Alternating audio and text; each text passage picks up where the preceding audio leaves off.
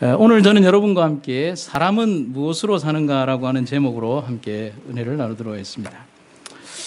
우리는 가끔 혹은 인생에 몇 번 정도는 내 인생에 대해서 질문을 던질 때가 있습니다. 사람은 왜 사는가? 무엇 때문에 사는가? 사람은 무엇으로 사는가에 대한 질문을 해봅니다. 이 질문에 대한 명확한 답을 스스로 내리기보다는 하나님이 우리에게 주신 인생이라는 긴 시간 속에서 우리는 체험적으로 배우고 또 깨우치는 것이 인생인 것입니다. 우리는 성경에서 그 모든 것을 배우게 됩니다. 침례를 받으신 다음에 예수님은 광야에서 40일이라는 긴 기간 동안 금식하시며 기도하시게 됩니다. 그의 긴 금식과 기도 후에 예수님은 마귀로부터 곤혹스러운 시험을 당하십니다. 그리고 시험은 우리 그리스도인들에게 사람은 진정 무엇으로 살아야 하는가에 대한 답을 남겨주고 계십니다. 사람은 사자처럼 강한 이빨과 힘을 가지고 있지는 못합니다. 사람은 독수리처럼 날개를 가지고 있지도 못합니다. 모든 동물들이 태어나자마자 걷고 또 뛰면서 강인한 생명력을 지니고 있지만 사람은 걷는 데만도 300일이라는 긴 시간이 소요되고 있습니다. 모든 면에서 약하고 또 모든 면에서 더딘 것이 인간의 모습이지만 하나님은 우리 인간에게 동물은 가지지 않은 독특한 하나의 특권을 주셨는데 신앙과 또 그 신앙을 담을 수 있는 생명의 말씀을 주셨다 하는 사실입니다. 그리고 그 말씀을 통해서 세상을 지배하고 다스리는 하나님의 능력도 생명의 호흡의 기운을 통하여 우리에게 주셨다는 사실입니다. 무엇으로 살아야 하는가에 대한 질문은 하나님 안에서는 어리석은 질문입니다. 왜냐하면 우리는 그 답을 이미 알고 있기 때문에 그렇습니다. 마태복음 6장 25절에 보면 쭉 많은 글들 가운데 공중의 새를 보라 심지도 않고 거두지도 않고 창고에 모아 들이지도 아니하되 너희 천부께서 기르시나니 너희는 이것들보다 귀하지 아니하냐. 마태복음 6장 8절에 보면 구하기 전에 너희에게 있어야 할 것을 하나님 너희 아버지께서 아신다라고 말씀해 주고 있습니다. 사람은 살아가며 태산같이 무거운 짐을 지니며 살아가지만 하나님은 우리에게 내가 너를 다 안다라고 말씀하고 계시고 내가 너와 함께 하신다는 약속의 말씀이 항상 우리들과 함께 하고 있다는 사실입니다. 사람은 무엇으로 사는가라고 하는 이 제목은 유명한 이 작가인 그 톨스토이의 동명소설에서 나오는 이야기이기도 합니다. 하나님의 명령을 거역한 천사 미하일은 세 가지 질문에 대한 답을 찾으라는 명령을 받고 땅으로 쫓겨나게 됩니다. 세 번째 질문이 뭐냐면 사람은 무엇으로 사는가라고 하는 그 질문에 대한 답을 얻어야 하는데 아무리 해도 그 답을 얻을 수가 없었습니다. 그런데 엄청난 고통 끝에 그가 얻은 대답은 사람은 무엇으로 사는가에 대한 답이 뭐라고요? 사랑이었습니다.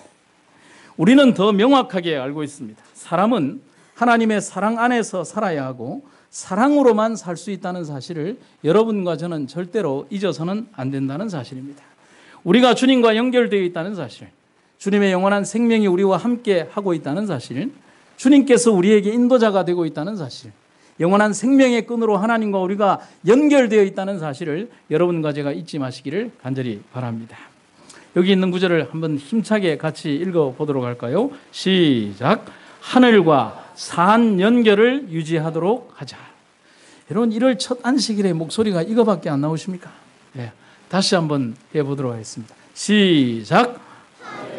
산 연결을 오늘 우리가 살아가는 힘은 바로 그분에게서 오는 것임을 잊지 말도록 합시다. 단 하루도 내 인생에 반복되는 수없이 많은 날들의 단 하루도 아니 단 한순간도 그분의 손길이 우리를 놓지 않고 있음을 여러분과 제가 기억하시기를 간절히 바랍니다.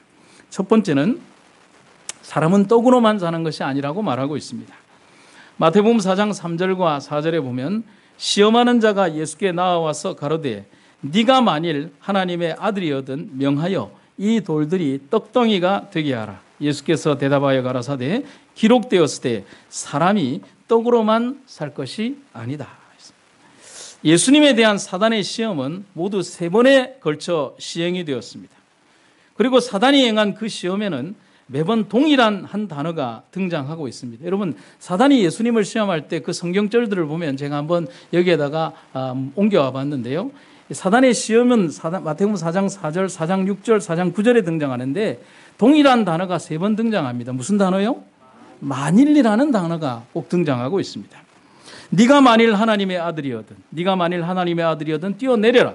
네가 만일 하나님의 아들이여 만일 내게 엎드려 경배하면 이 모든 것을 너에게 주리라. 그런데 성경은 마귀를 가리켜서 시험하는 자라는 적절한 호칭으로 부르고 있습니다. 사단이 왜 만일이라는 표현을 하느냐 하면은 사단이 우리에게 주는 것은 실제적인 축복이나 생명의 떡이나 영원한 생명이나 영원한 하늘이 아니기 때문에 그는 만일이라는 단어를 붙일 수밖에 없다는 사실인 것입니다. 그는 우리에게 우리가 자기의 유혹이나 그 모든 것들에 넘어가게 되면 우리의 모든 것들을 앗아가 버리기 위하여 준비하고 있다는 사실입니다. 그래서 성경은 마귀를 가리켜서 시험하는 자라고 하는 적절한 호칭으로 그 이름을 부르고 있습니다. 여러분, 마귀가 하는 가장 중요한 일이 뭘까요? 마귀는 어떤 일을 가장 중요하게 생각을 할까요? 사람을 유혹해서 하나님으로부터 떠나고 불신하게 만드는 일입니다. 제가 찾아온 그림 중에 가장 적절한 그림이 바로 이거라고 생각을 합니다. 우리의 귀에 가장 가까운 곳에 서서 우리가 가장 넘어지기 쉬운 가장 연약한 문제를 가지고 우리들에게 이야기하고 때로는 속이고 친근하게 또 우리를 유혹하고 있다는 사실입니다. 그래서 사단은 철저히 자신의 존재를 숨기고 예수님을 시험하고 있습니다. 사단이 만일이라고 연거푸 말하는 것은 수없이 많은 가능성을 널 위해 줄 수 있다고 거짓말하고 있는 것입니다. 사단은 2번씩이나 네가 만일 하나님의 아들이거든 이라고 말하고 있습니다. 여러분, 사단이 예수님의 존재를 몰라서 묻는 게 아닙니다. 예수님 속에 있는 메시아적 권능을 하나님의 뜻에 따라 인류를 구원하기 위해서 쓰기보다는 자신이 당면한 문제인 배고픔을 해결하는 데 사용해 보라는 것입니다. 네가 그렇게 능력이 많으면 널 위해서 능력을 사용하라는 것입니다. 하나님의 구속 사역을 한번 다 잊어버리고 너 자신만을 위해서 하늘이 너에게 준 그 수없이 많은 능력의 일들을 한번 사용해 보라고 사단은 예수님을 유혹하고 있다는 사실입니다. 여러분, 40일을 금식한 예수님에게 가장 당면한 고통은 뭘까요? 뭘까요? 배고픔이죠. 그러나 예수님은 능력이 없어서가 아니라 당신을 위해서는 하늘의 능력을 사용하실 수 없었고 또 사용할 마음도 없었다는 사실입니다. 그것이 하나님의 뜻이고 예수님 자신의 뜻이었습니다. 그러한 예수님의 아름다운 뜻은 십자가에서 스스로 내려오실 수도 있었지만 예수님은 그렇게 하지 않으셨어요.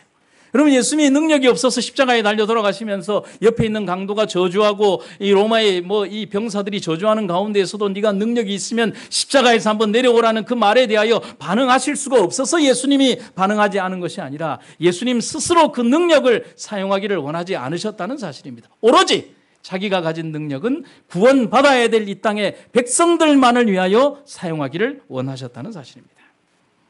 죽음을 당하는 순간까지 살이 찢기고 타는 듯한 목마름이 있었지만 치욕스러운 고통이 그분을 눌렀지만 그는 살기 위하여 십자가를 버리지 않으셨습니다. 그렇게 해야만 우리를 살릴 수 있기에 또한 그것이 하나님의 뜻이기에 또 그래야만 하기에 예수님은 그렇게 하셨다는 말입니다.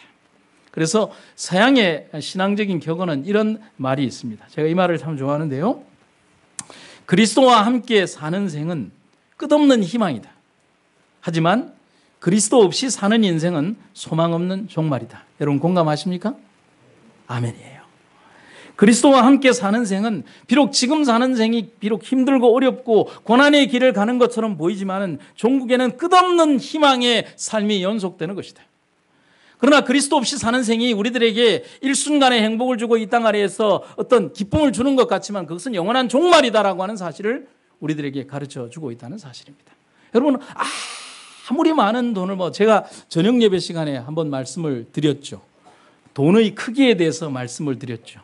내가 평생 동안 살아가면서 쓸 수 없는 돈은 내 돈이 아니라고 말씀을 드렸어요. 예를 들면 내가 내 수중에 한 100억 정도가 있고 200억 정도가 있고 좋습니다. 통장에 숫자가 쫙 찍히면 좋겠지만 그러나 내가 살아가는 동안에 그 돈을 쓸 수 없으면 그 돈은 내 돈이 아닌 남의 돈이라고 하는 사실. 우리가 살아가며 분명히 우리는 인생의 수없이 많은 길을 걸어가며 하나님 앞에 정산의 날이 다가오고 있는데 우리는 그 시간을 위하여 어떤 준비를 하고 있는가를 기억해 볼 필요가 있다는 사실입니다. 사단이 여러분 예수님에게 준 시험은 논리적으로 틀린 것이 없다는 것에 여러분 주목하셔야 합니다. 40일을 금식한 예수님은 지금 빵이 필요합니다. 떡이 필요합니다. 그래서 돌로 빵을 만들라고 말하는 겁니다. 그런데 우리는 분명히 알아야 합니다. 한번 따라해 보실까요? 빵보다 하나님이 먼저다. 여러분 아멘입니까? 우리의 인생에 정말 필요한 것은 빵보다는 하나님이 먼저여야 한다는 사실입니다. 예수님은 오늘 우리에게 의미심장한 대답을 하고 계십니다. 사람이 사는 것은 떡으로만 사는 것은 아니다. 떡이 목적이 되어서도 안 되고 떡만이 우리 인생의 모든 종국점이 되어서도 안 된다. 사람은 그 빵을 위하여 인생의 목적을 가지고 살아서도 안 된다. 왜냐하면 사람이 지어놓은 인생의 모든 것들은 사라지고 없어져 버리지만 영원한 생명의 주님의 나라만이 영원할 것이라는 사실을 예수님은 우리에게 말씀해 주고 계시다는 사실입니다. 명예 때문에 하나님의 신앙을 타협하는 사람들이 있어요. 재물 때문에 믿음을 저버리는 사람이 있습니다.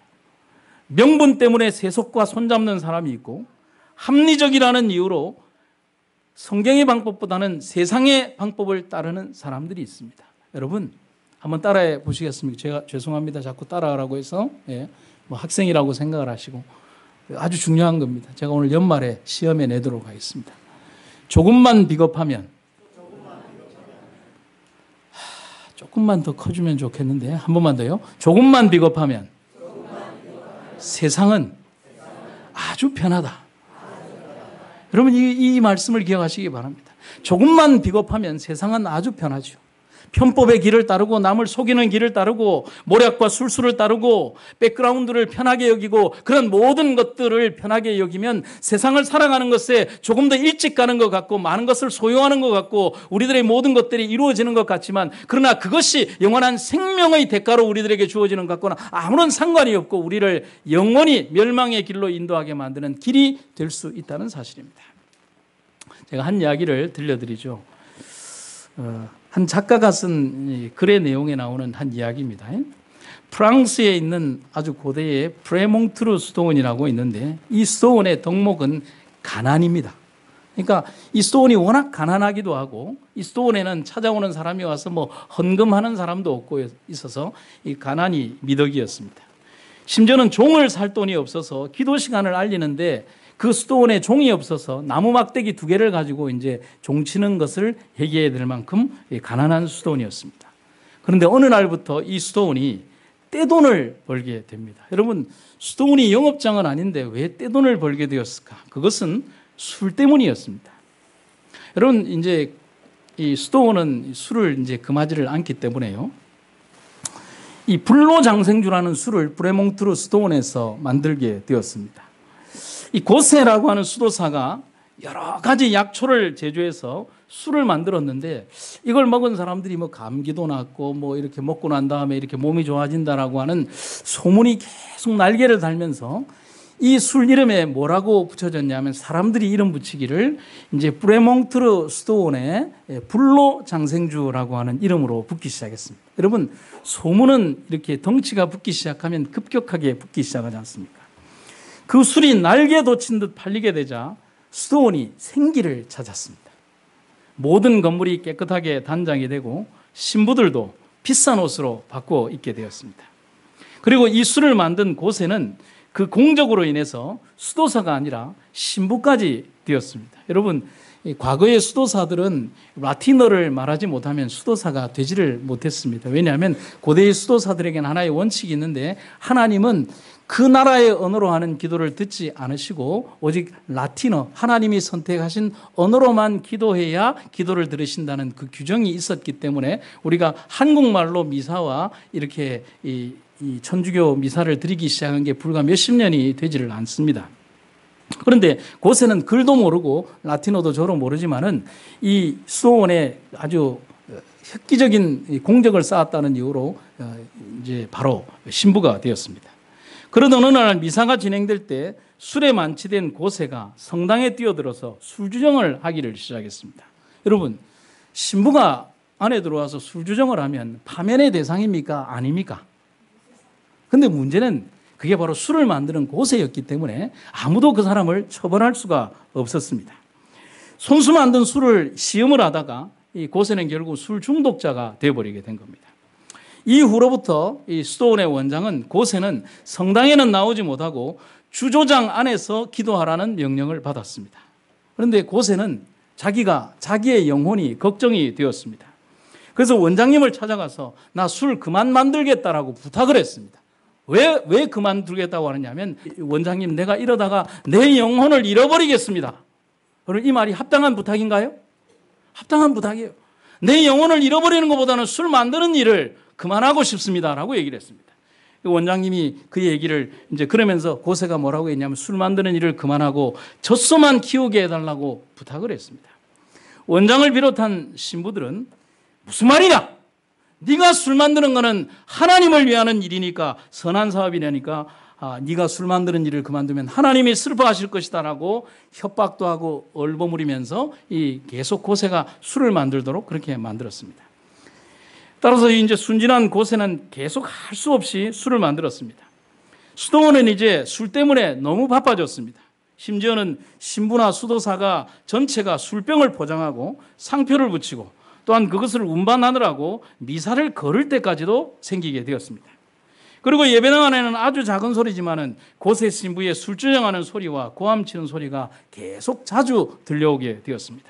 하지만 그들은 외면합니다. 아무리 술주정하는 고세가 떠들고 술주정을 하고 난동을 부려도 그는 술을 만드는 사람이고 우리에게 돈을 벌어다 주는 사람이기에 귀를 막고 그들은 돈에 탐닉하는 수도사가 되어버렸습니다. 저녁 미사가 끝날 때마다 사제들은 고세의 영혼을 위하여 합심 기도를 드리자고 합니다. 술도 잘 만들게 해주시고 구원도 받게 해달라고 기도를 드렸습니다. 그 시간에 술 만드는 낡은 건물에서 술에 취한 고세의 슬픈 노래와 고함 소리가 들려옵니다. 이때 신부들은 염려하며 이렇게 말합니다. 어떻게 하나 술 먹는 신부가 있다는 걸 알면 교인들이 놀랄 텐데. 이 이야기는 여러분들이 잘 아는 알퐁스 도데의 단편 소설인 고세 신부의 불로 장생주라고 하는 글에 나오는 이야기를 제가 말씀을 드린 것입니다. 그 이야기의 줄거리로서 신앙인의 위선과 독선을 깨우쳐 주는 이야기이기도 합니다. 여러분 기억하십시오. 바뀌면 안 됩니다. 뭐 하면 안 된다고요? 바뀌면 안 됩니다. 조금 더 쉽게 말씀드릴까요? 정체성을 잃어버리면 안 됩니다.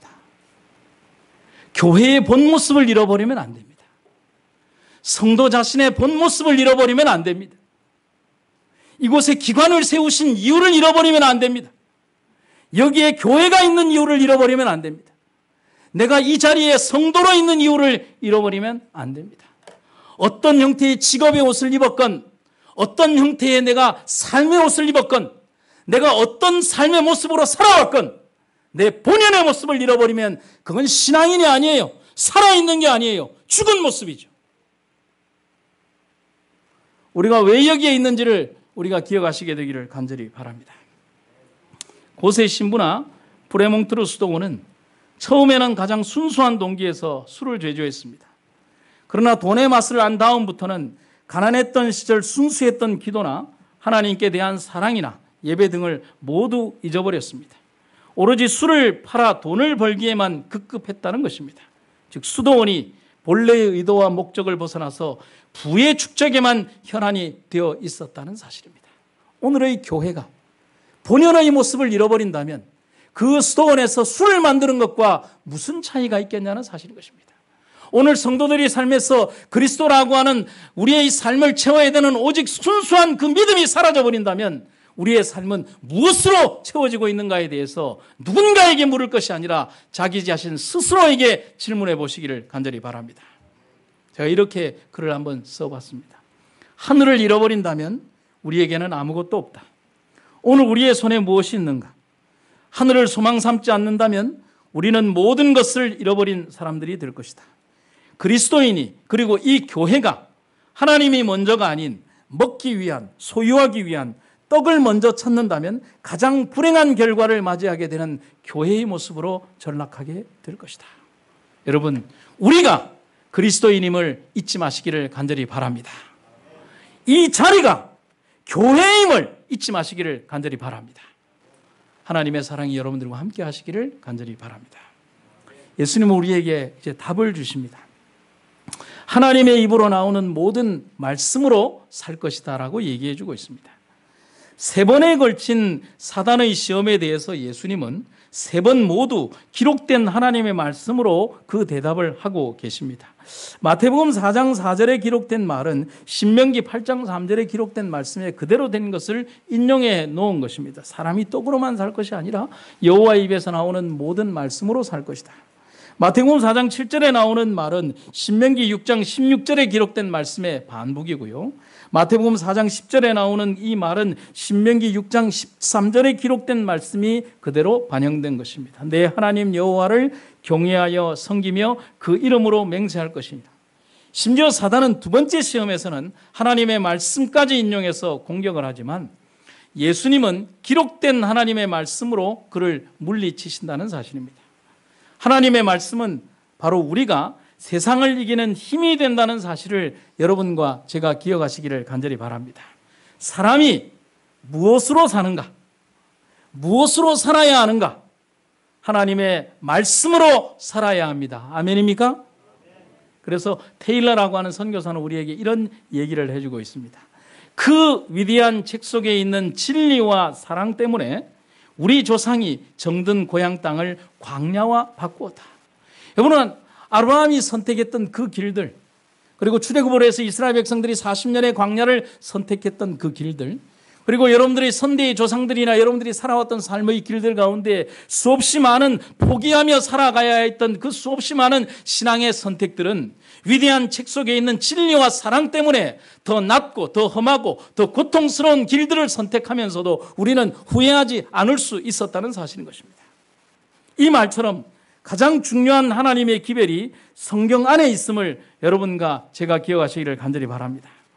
아무것도 없는 광야를 선택해야 할 만큼, 아니 그렇게 할 수 있을 만큼 그 광야 속에서 하늘을 보게 하는 것이 말씀이요 성경이라는 사실입니다. 그래서 바울은 히브리서에서 하나님의 말씀의 역동성을 이렇게 기록해 주고 있습니다.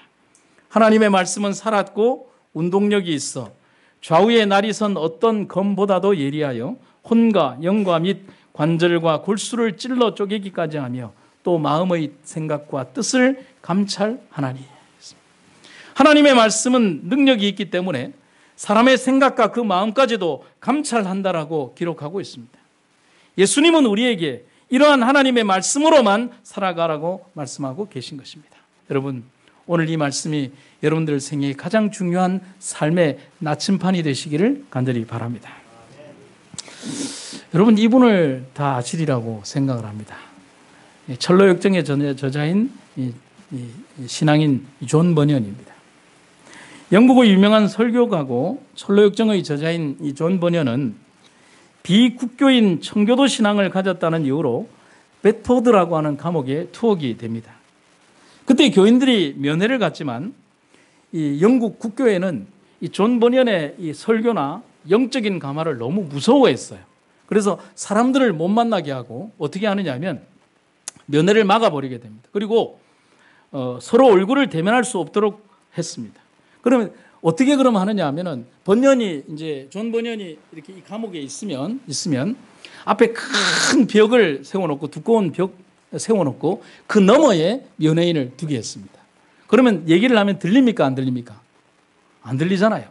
그러면 존 번연은 어떻게 하느냐 하면 벽에다 대고 설교를 합니다. 와, 하나님께서 살아계십니다.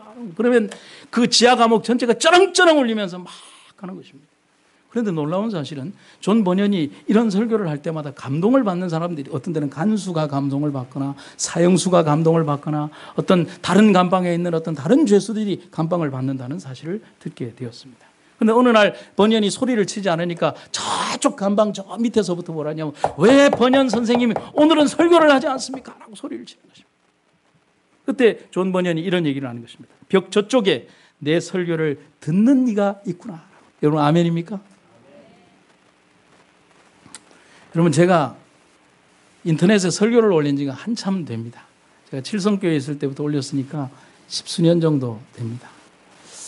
처음에는 인터넷 설교를 올릴 때 굉장한 두려움이 있었습니다. 왜냐하면 설교라고 하는 것은 올라가고 나면 제가 어떤 실수를 했는지 어떤 환경이 되었는지에 대해서 다 드러나게 되고 또 그냥 여기에 계신 분들은 지나가게 되지만 기록물은 계속 남기 때문에 그것이 계속 반복이 됩니다.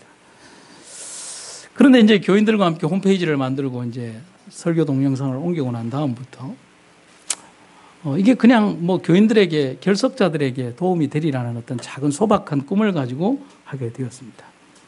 10수년이 지나고 난 다음부터 제가 여러분들에게 말씀을 드리지만 지금도 계속해서 연락을 하는 분이 있습니다. 어느 날 토요일 새벽 6시가 되었는데 국제전화가 온 것입니다. 나중에 알고 보니까 그게 국제전화였습니다. 새벽 6시에 어떤 분이 전화를 했는데 프랑스라고 전화가 왔습니다. 보니까 저기에 낯선 젊은 청년이 전화를 했는데 나는 프랑스라든지 여러분 저는 비행기를 몇 년 전에 타봤지 제주도 이상을 넘어가 본 적이 없습니다. 프랑스에는 아는 사람도 없고요. 그런데 프랑스에서 전화를 한 청년은 프랑스에 유학을 간 유학생인 우리 재림교회 한 청년이 전화를 해서 목사님 저는 프랑스에 와서 한국인 교회를 가지 못하고 제가 여기 유학을 하고 있는데 목사님 설교를 들으면서 매 안식일 예배를 드리고 있습니다. 제 이 가슴 속에 돌망치 하나를 두드려 맞는 그런 느낌이 있었어요. 그 다음부터는 한 몇 주에 한 번씩 미국에서 전화오고 독일에서 전화오고 또 때로는 스페인에서 전화오고 메일로 연락이 오고 그리고 몇 주 전에는 제 휴대폰으로 제 번호를 어떻게 알았는지 문자가 왔습니다. 군대에 있는 재림 군인입니다. 목사님의 설교를 듣게 되고 이렇게 감사의 글을 전하게 됩니다. 거의 몇 주 단위로 계속 연락이 오게 되는 것입니다.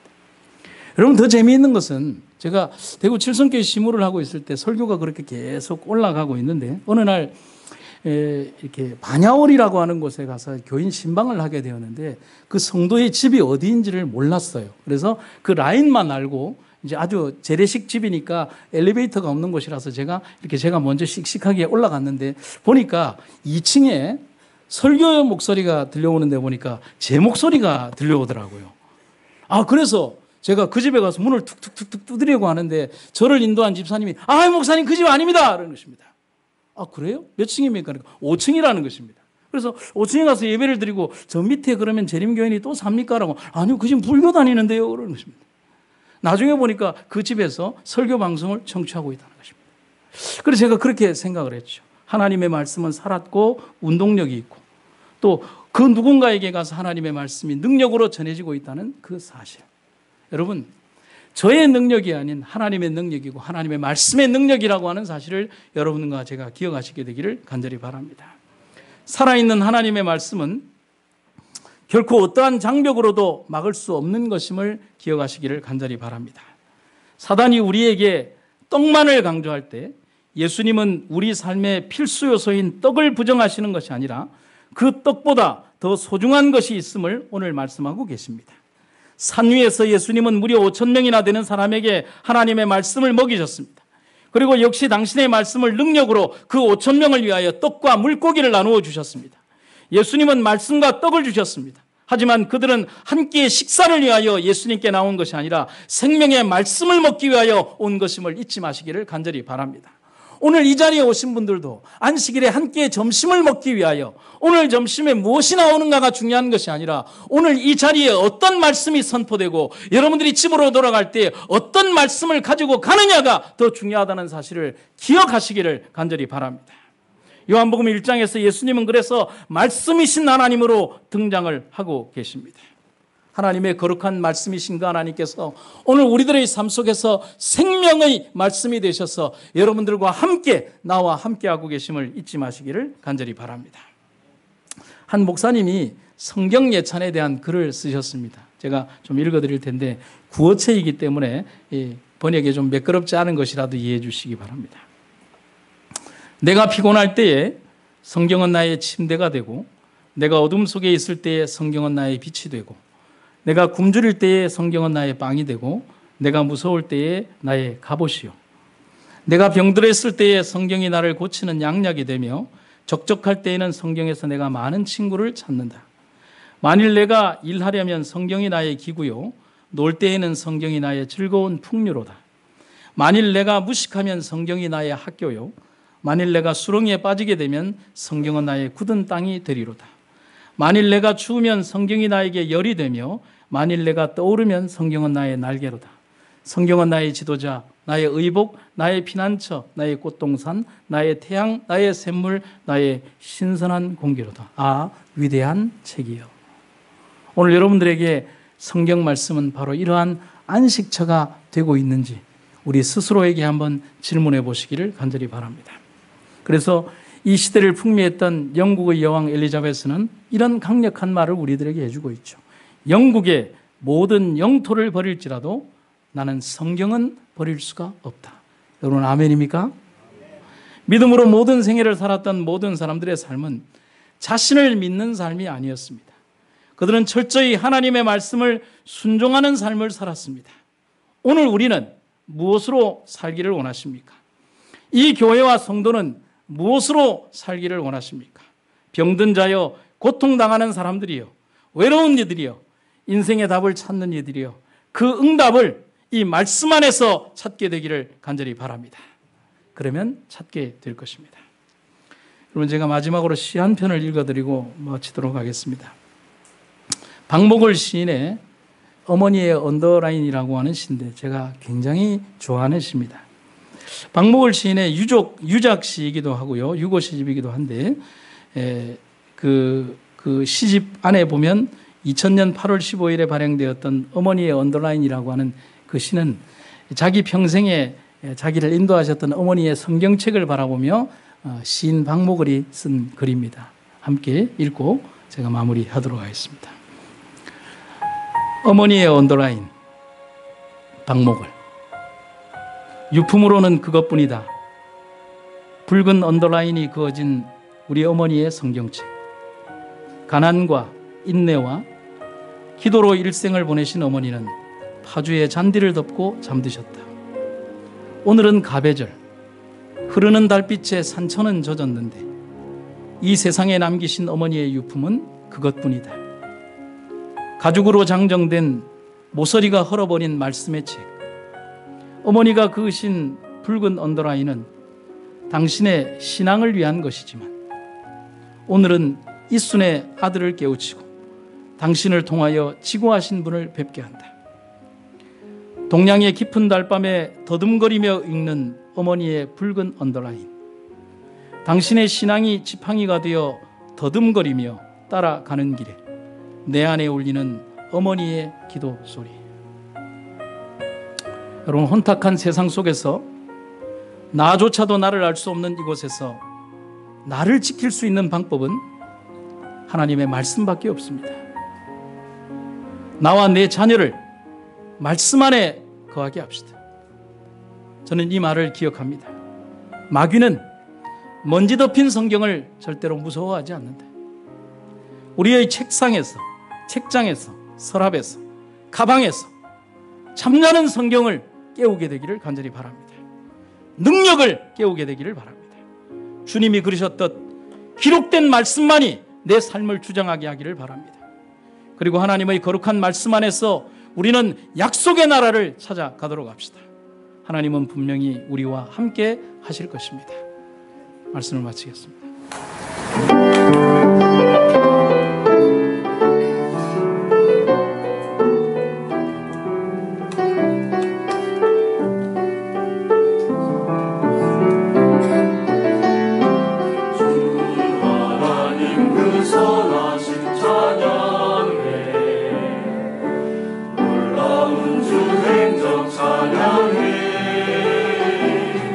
주님의 사랑이 어둠